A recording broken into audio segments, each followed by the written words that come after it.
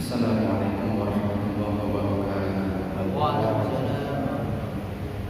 Bismillahirrahmanirrahim. Sallallahu alaihi wasallam wa ala alihi wa sahbihi wa dhurriyyatihi wa ibadihi wa jami'il anbiya'i wal mursalin wal malaikati muqarrabin wal kadhibin wal ruhani wa jami'il awliya'i wasyuhada'i was shalihin khususan sallallahu awliya syahadul qadri dan hasan sayyidul qudus wa ila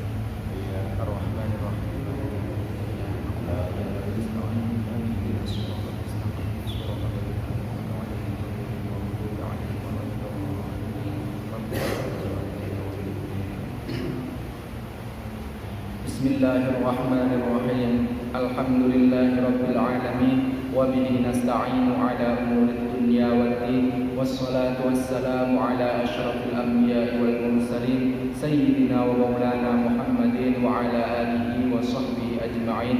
Amma ba'd. Qala al-musannifu rahimahullahu ta'ala nafa'ana Allah bihi wa bi'ulumihi fid dharain amin. Subhanaka la ilma lana illa ma 'allamtana innaka antal alimul hakim. Rabbi shrah li sadri wa yassir li amri wahlul 'uqdatam min lisani yafqahu qawli.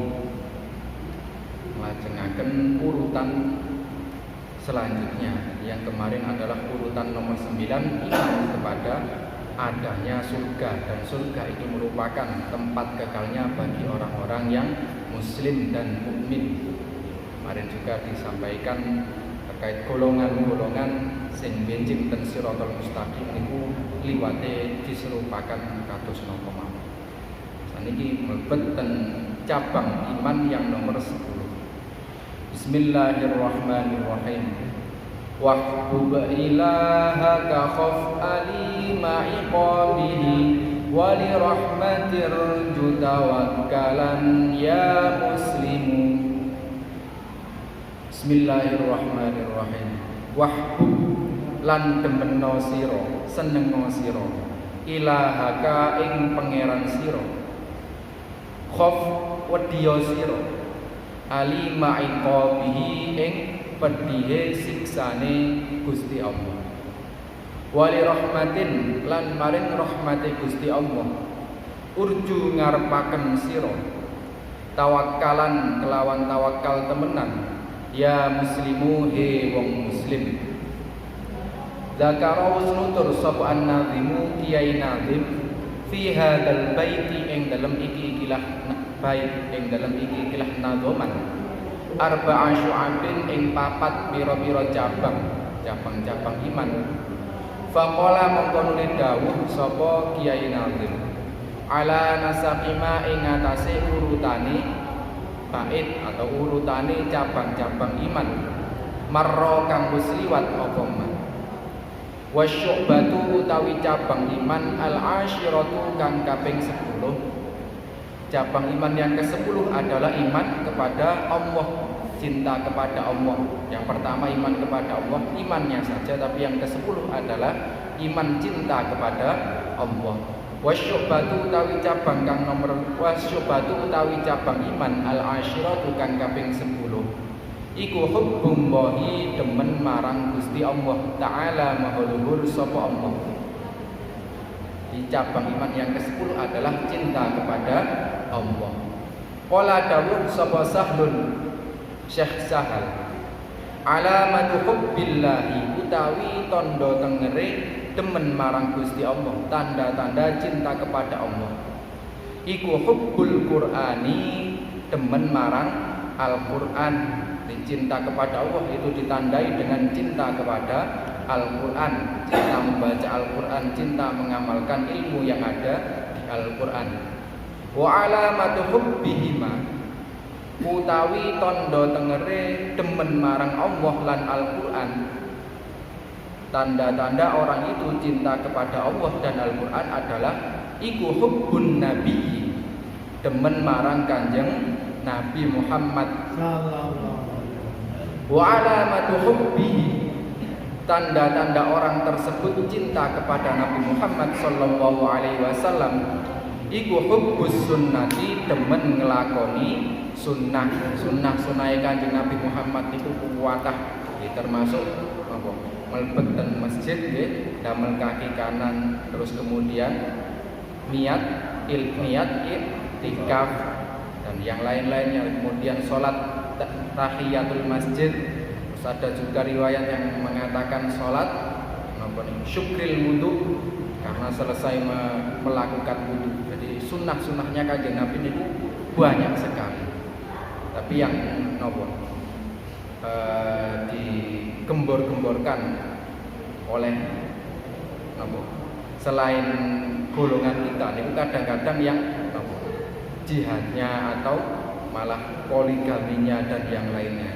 Padahal sunnahnya Nabi Muhammad niku kuwatah sangat, mulai dari bangun tidur sampai tidur kembali niku berapa ratus, berapa ribu sunnahnya Nabi yang dianjurkan kepada kita.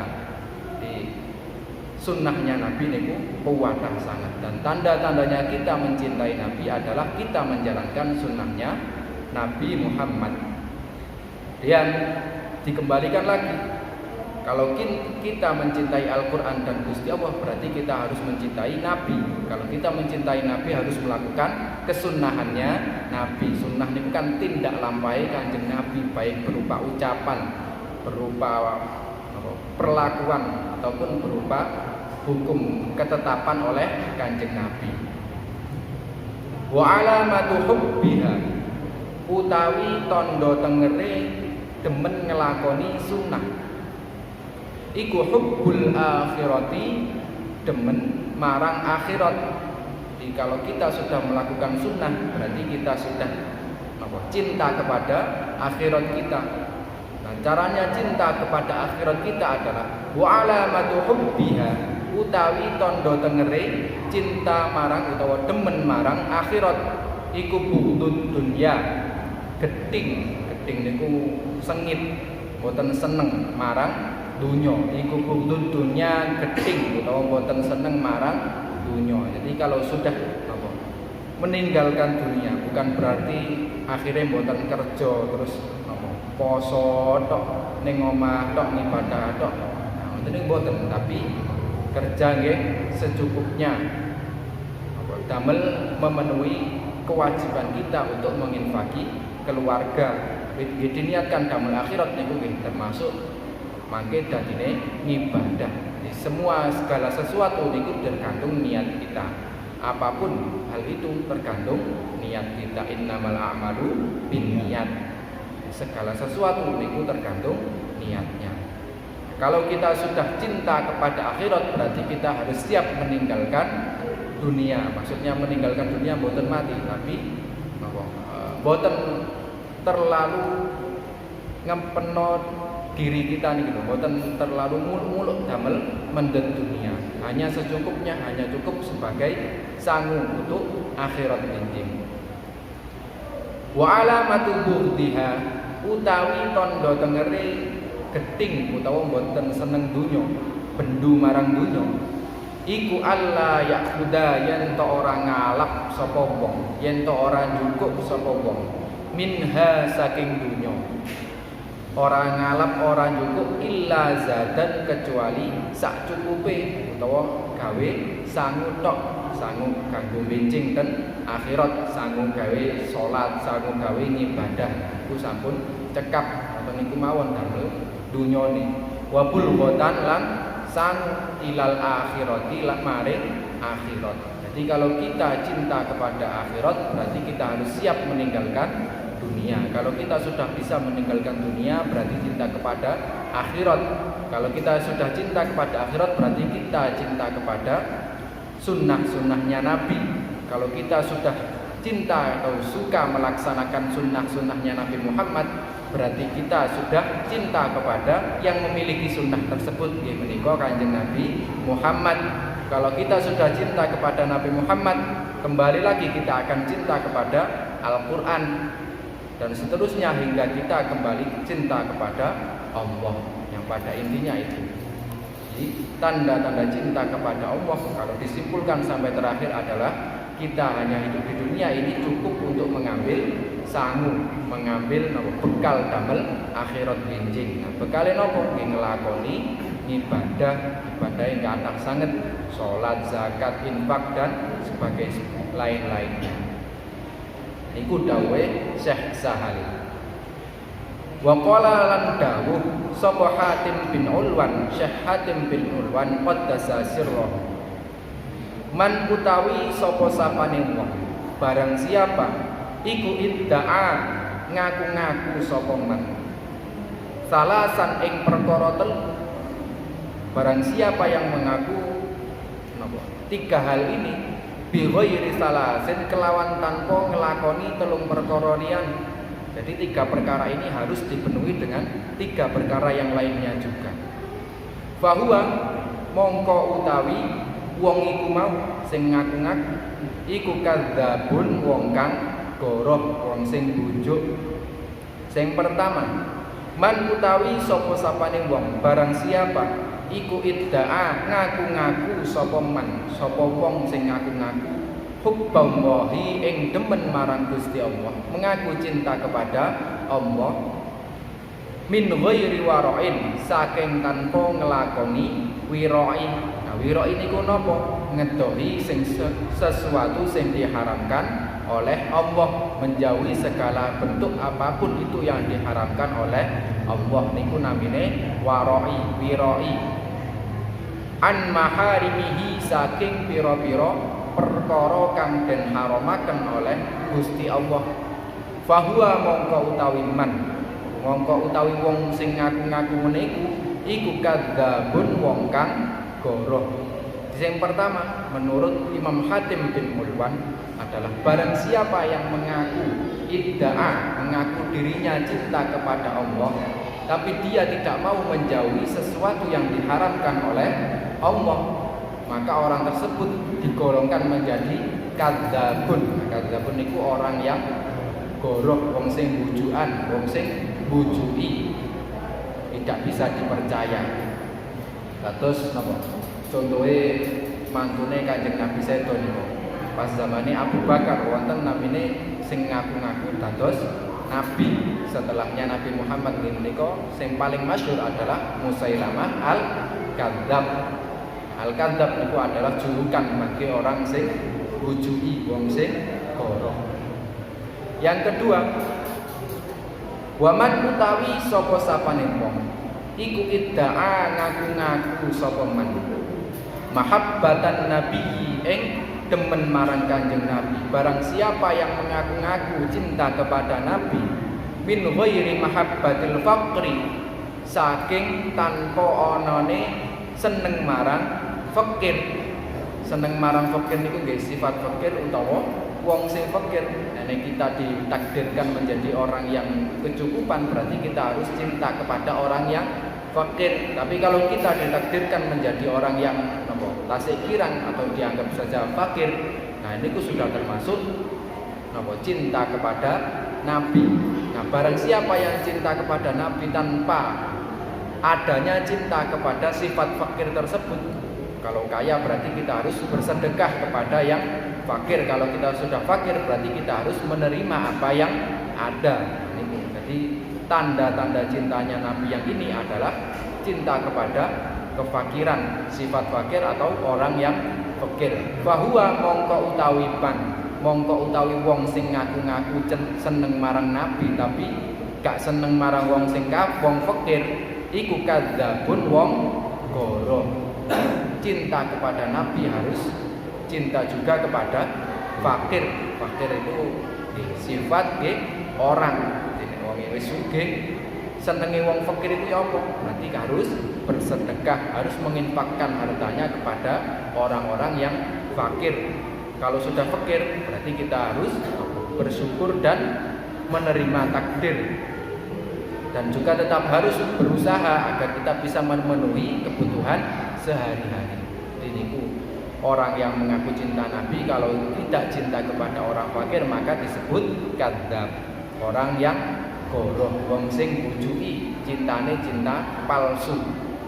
Yang ketiga, waman utawi sapa sapane wong iku idda'a lamun ngaku-ngaku sapa man sapa wong iku mau hubbal jannati ing demen marang surga min ghairi infaqi malihi saking tanpa nginfakake bondone wong, fahuwa mongko utawi wong iku mau iku kadzabun wong kang goroh.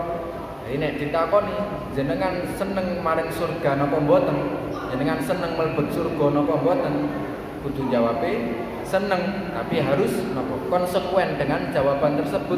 Berarti kita harus siap menginfakkan harta kita di jalan Allah lillahi ta'ala. Jadi kalau orang tersebut mengaku cinta kepada surga, cinta atau ingin masuk surga, harus siap menginfakkan hartanya, harus siap kehilangan hartanya untuk apa? Lillahi ta'ala.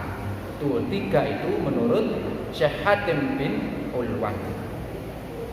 Wa qala lan dawuh sapa ba'dul arifina sebagiane wong kang makrifat marang Allah, idza kana nalikane ono apa al imanu iman iku fi zahiril qalbi ing dalem jabone ati.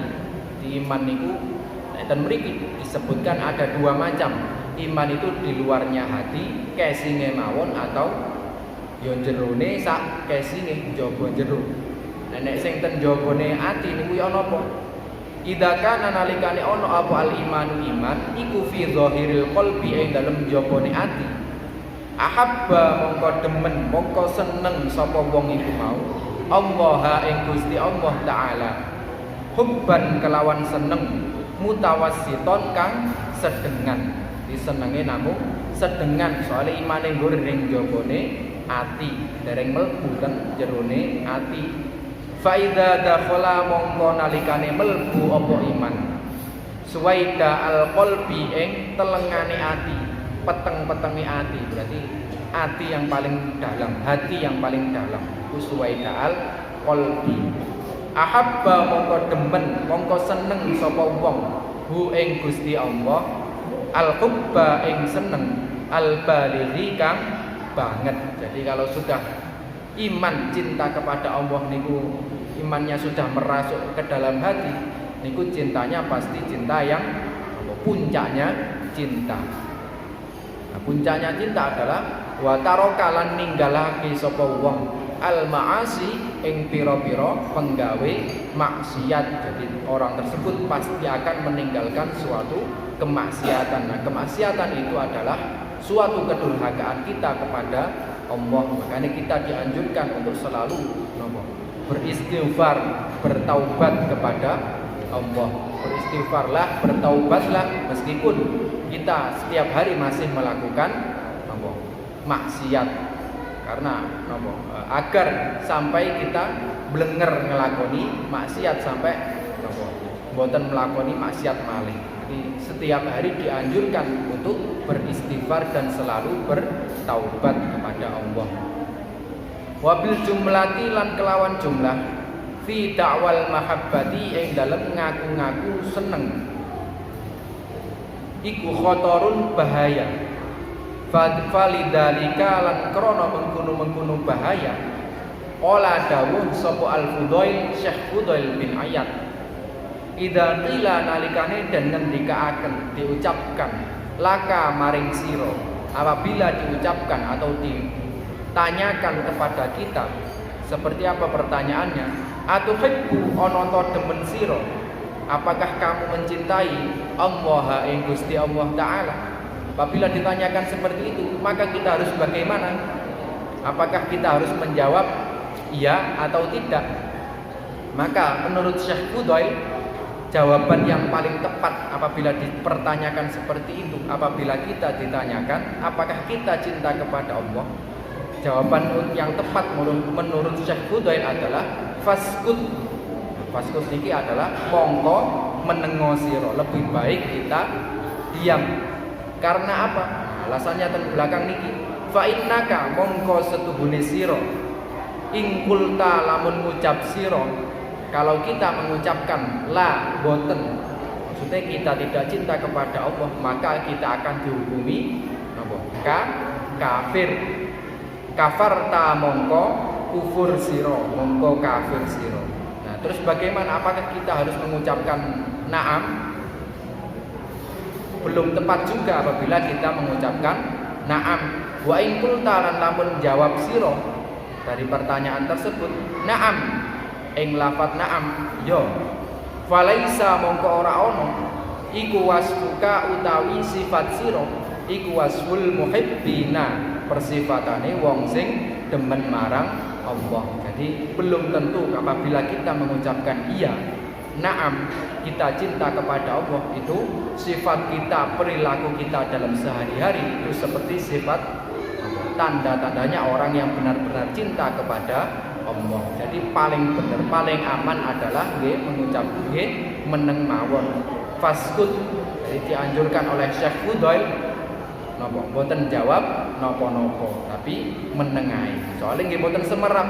Kalau kita mengucapkan iya, nggih belum tentu perilaku kita sesuai dengan anjurannya Allah, sesuai dengan syariatnya Allah, sesuai dengan akhlak yang diajarkan Nabi Muhammad, sesuai dengan Al-Qur'an. Tapi kalau kita mengucapkan tidak, pasti kita akan dicap atau diklaim sebagai orang yang kufur kepada Allah, kafir terhadap Allah.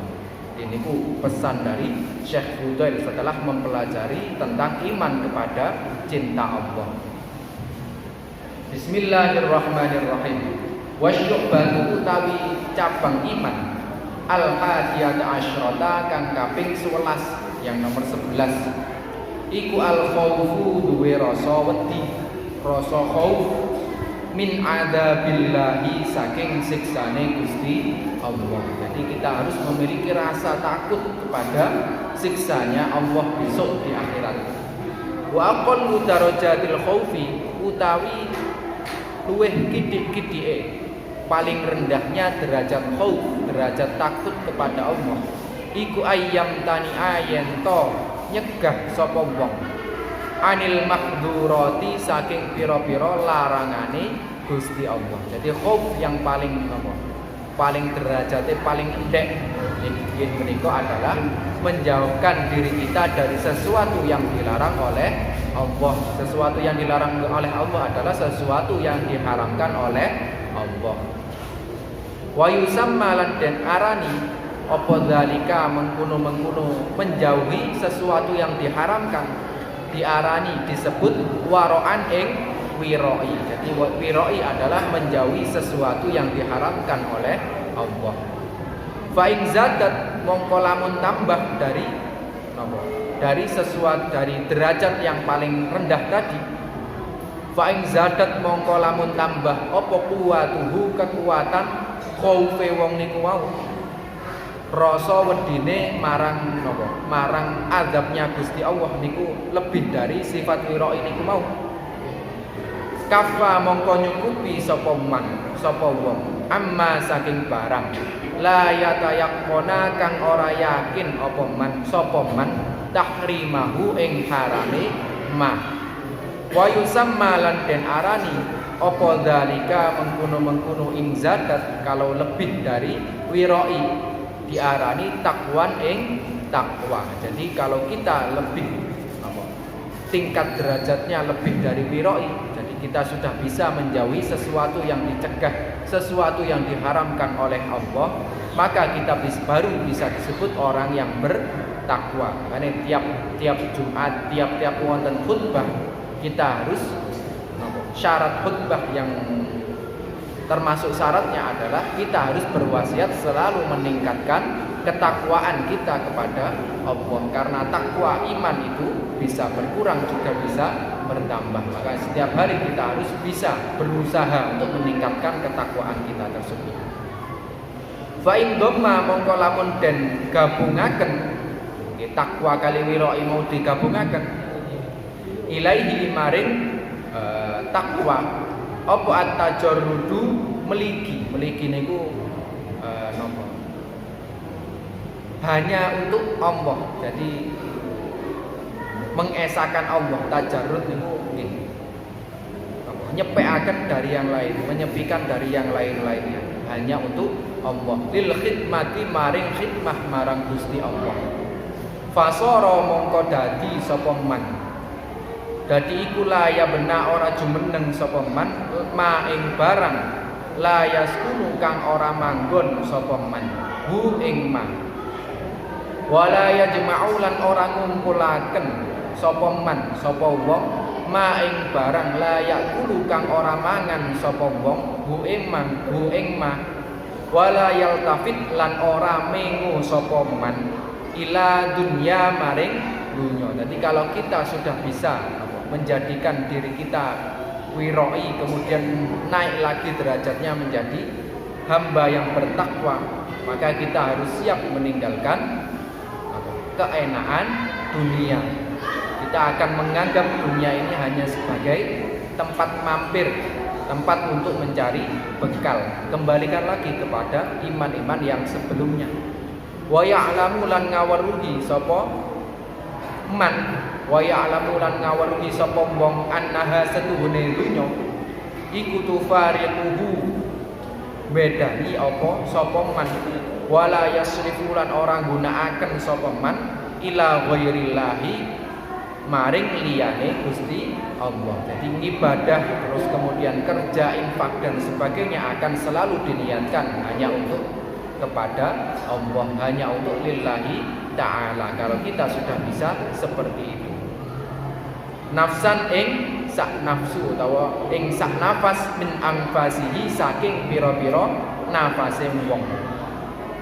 Fahuwa mongko utawi man, mongko utawi wong sing saged ngoten iku as-sidqu masuk derajat siddiqin, masuk derajat wong sing temen, wong sing bener keyakinane. Jadi kalau orang yang sudah menggunakan setiap nafas yang keluar dari tubuhnya, dari seluruh nafasnya hanya untuk apa? Mengabdikan dirinya, untuk khidmahkan dirinya lillahi ta'ala, maka dia akan masuk kepada derajat yang namanya siddiqun atau siddiqin.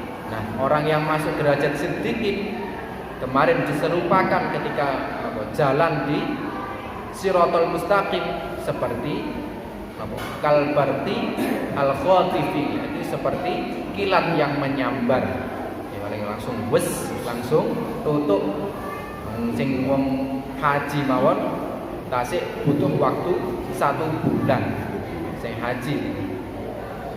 Terus kemudian nek saged mlebeten derajat siddiqin atau siddiqun, orang-orang yang bener niku akan seperti kilat yang menyambar. Ini pas liwat Shiratal Mustaqim benjing ketika sampun melalui tahapan-tahapannya di hari kiamat.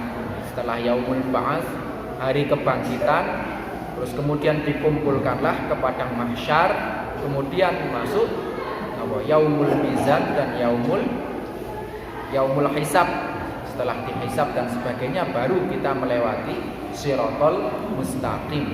Menika sing disebutaken wonten 7 golongan ini. Terus nek sing paling dhuwur nggih menika siddiqun, nek wis golongane nabi dan rasul niku pasti otomatis mlebet surga. Wa yusamma lan den arani sapa sahibuhu, wong sing saged nglakoni niku wong dalam setiap nafas yang keluar setiap harinya niku diniatkan hanya untuk Allah, maka dia akan masuk atau bisa disebut menjadi siddiqon ing wong kang siddiq, wong sing temenan, wong sing bener-bener iman kepada Allah. Wa yadkhulu lan melbu fis sidqi ing dalam derajat as-siddiq apa at-taqwa, sifat takwa. Jadi takwa niku masuk derajatnya siddiq, takwa niku bagian dari siddiq. Wa yadkhulu lan melbu fit taqwa ing dalam takwa, ing dalam derajat takwa apa al-wara'u, sifat wiroi, menjauhi sesuatu yang diharamkan oleh Allah. Nah, wara'i niku mlebu ning takwa. Wa yadkhulu lan mlebu fil wara'i ing dalem wara'i, sifat wara'i apa al-iffatu, sifat iffah. Iffah nggih sami menjaga diri dari sesuatu yang diharamkan oleh Allah, menjaga diri, menjaga kemartabatan diri, menjaga martabat diri. Kada kaya mengkono-mengkono. Qala wasdawuh hu engda. Sapa Al-Ghazali, Imam Al-Ghazali fil Ihya'i ing dalam kitab Ihya. Jadi nukilan-nukilan kados ngeten niki mendete di kitab Ihya Ulumuddin karangan Imam Al-Ghazali. Iku kitab tasawuf sing nggih lumayan dhuwur. Jadi kitabe wonten 4 juz. Biasane nek ten pondok-pondok ageng niku minimal 4 tahun. Amel istilahnya angsal ijazah kitab Ihya. Ranten nggih niku wau. Ten mriku niku ulasane nggih rinci sanget. Sing bab awal satu bab yang awal dari 4 bab niku menjelaskan fikih. Di ten fikih niku nggih mulai fikih salat, fikih mawon bermasyarakat dan yang lain-lainnya. Di ten mriku Imam Ghazali menjelaskan secara rinci bagaimana cara kita salat yang baik dan benar, bagaimana cara niat kita salat, bagaimana cara kita melakukan salat agar bisa khusyuk dan sebagainya. Niku ten mriku ten Ihya niku rinci sangat. Dan mriku nek ten pondok-pondok salaf niku nggih kurang lebih 4 tahun damel ngatamaken kitab Ihya. Nah niki sampun dinukilaken sedikit dari kitab niku. Terus kitab tasawuf nggih merinci kados ngeten-ngeten niki sesuatu yang hanya untuk meningkatkan keimanan kita, meningkatkan kecintaan kita kepada Allah. Itu tasawuf, bagaimana kita memandang diri kita agar bisa sesuai dengan syariat dan sebagainya. Makanya wonten dawuh ngeten, nek sampean pengen delok wong liya, lihatlah dengan pandangan hakikat. Kalau kita melihat diri kita, lihatlah dengan pandangan syariat.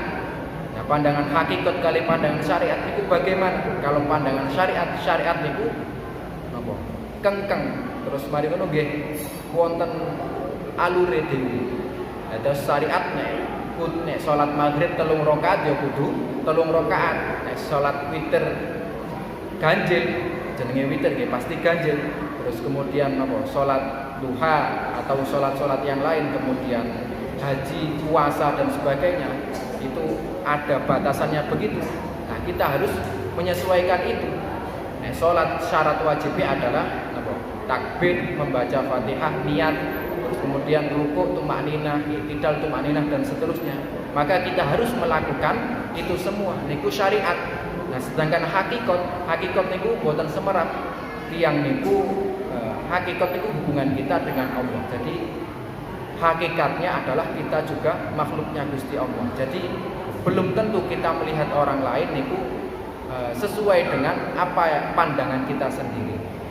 Maksudnya adalah kita kalau melihat orang lain, oh salate wong iku kok cepet banget, apa Fatihah cukup gawe salat sak cepet ngono iku. Nah, mungkin tiang tersebut sampun terbiasa salat tersebut salat dengan cepat dikarenakan napa? Salatnya orang tersebut boten saged khusyuk nekne dangu-dangu. Mangke nekne dangu-dangu napa? Akhire biar pikirane. Nah, akhirnya orang tersebut memilih jalan salat cepat agar napa? Khusyuke niku saged sempurna. Terus kita sebagai manusia niku boten angsal mandang orang lain sebagai pandangan syariat. Dipandanglah orang lain niku dengan pandangan hakikat. Jadi kita belum tentu tahu apa yang dilakukan orang tersebut baik napa buruk. Nah, kados ten napa surat Kahfi niku. Wonten Nabi Musa ketemu Nabi Khidir. Nabi Khidir pas Nabi Musa ketemu Nabi Khidir, kemudian diajak berjalan ketemu arek cilik. Lah kok dikuapluk sampai dituwunyo lah kok sampai mati arek cilik niku. Kalih Nabi Khidir dituwunyo langsung mati. Nah, ngoten niku Nabi Musa heran, "Kenapa arek cilik kok ditunyo sampai kaya ngene iku?" Tibake ten mburi niku arek cilik niku bakale napa? Bakale dadi kafir sing rusak. Terus wonten napa malih niku? Wonten 3 hal sing akhirnya Nabi Musa niku terheran-heran tibake Nabi Khidir niku luweh pinter, luweh weruh daripada Nabi Musa. Dan akhirnya Nabi Musa napa pedhot kalih Nabi Khidir karena Nabi Musa memandangnya Nabi Khidir dengan pandangan syariat. Jadi pandangan-pandangan tersebutlah yang membuat kita terkadang napa suudzon kepada orang lain. Nah nek wis suudzon ngoten niku akhire napa dijak ngomong nggih mboten angel, mboten nyambung. Akhire nggih napa nggih suudzon tok ae. Akhire senengane ngrasani tiyang lintune, senengane napa mboten enten benere blas nguwasi wong liya niku. Lah nek pun suudzon nggih ngoten niku angel. Iya napa malih jenenge pun mboten seneng ya. Nek pun mboten seneng pun tertanam di hatinya niku mboten seneng kepada tiyang niku. Oh aku gak seneng rek ambek si A iki gara-gara napa? Salate mesti keri, salate mesti cepet. Nah, salat keri kadang nggih mboten semerap tiyang niku tasik tibake tasik napa? Tasik kerja utawa tasik ngopeni sing ten griya. Akhire salate keri sak rakaat, keri rong rakaat. Iki sik apik asline. Tasik purun jamaah timbang sing mboten jamaah. Iki wektane kirang 2 menit monggo sareng-sareng zikir, sareng-sareng persiapan damel buka puasa iki. Mugi-mugi ngaos sonten iki manfaat barokah menambahkan iman kita dan mendapatkan hidayah kita setiap hari. Wallahu a'lam bishawab. Al-Fatihah.